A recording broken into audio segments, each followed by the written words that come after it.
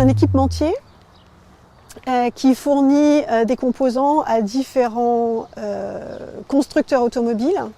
Et je suis dans une filière en fait, qui traite seulement les constructeurs automobiles à petit volume.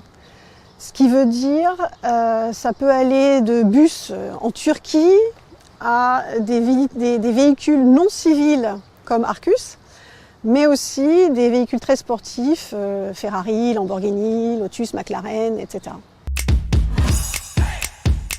Actuellement, je suis responsable d'une équipe d'une grosse vingtaine de personnes, divisée en deux équipes. Une équipe qui fait du développement software de fonctionnalités qu'on peut, en tant que conducteur, ressentir dans son véhicule. Et une autre équipe qui s'occupe d'un développement système, donc de l'interaction du système de freinage, de la dynamique du véhicule, avec d'autres composants qui sont dans la voiture. Après, on va dire 15-17 ans où j'étais vraiment dans l'engineering pur, expertise, là, ces dernières années, je suis plus, ou en tout cas aussi, dans le management. Et en fait, en rentrant dans ce sujet-là, je me suis rendu compte que j'adorais ça.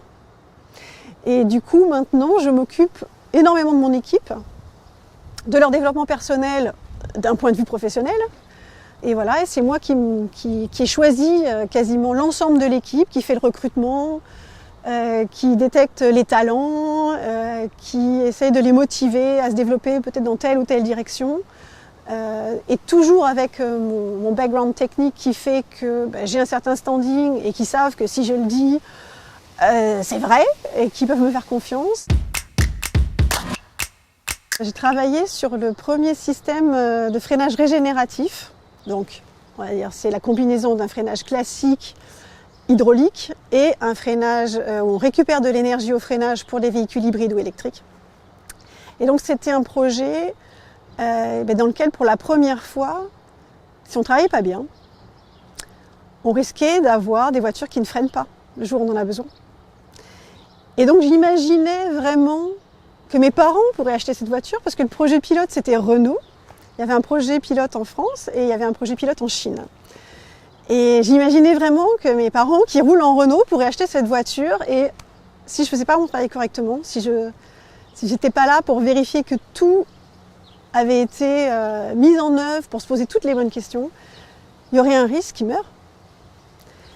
Et donc du coup, je me suis investie énormément sur ce projet. J'ai trouvé ça vraiment passionnant de pouvoir développer quelque chose qui était hyper innovant à cette époque. Et puis que ça aille en série et qu'effectivement on arrive à freiner régénérativement, c'était une chose, mais qu'on arrive à freiner tout le temps, c'était ça qui était le plus important.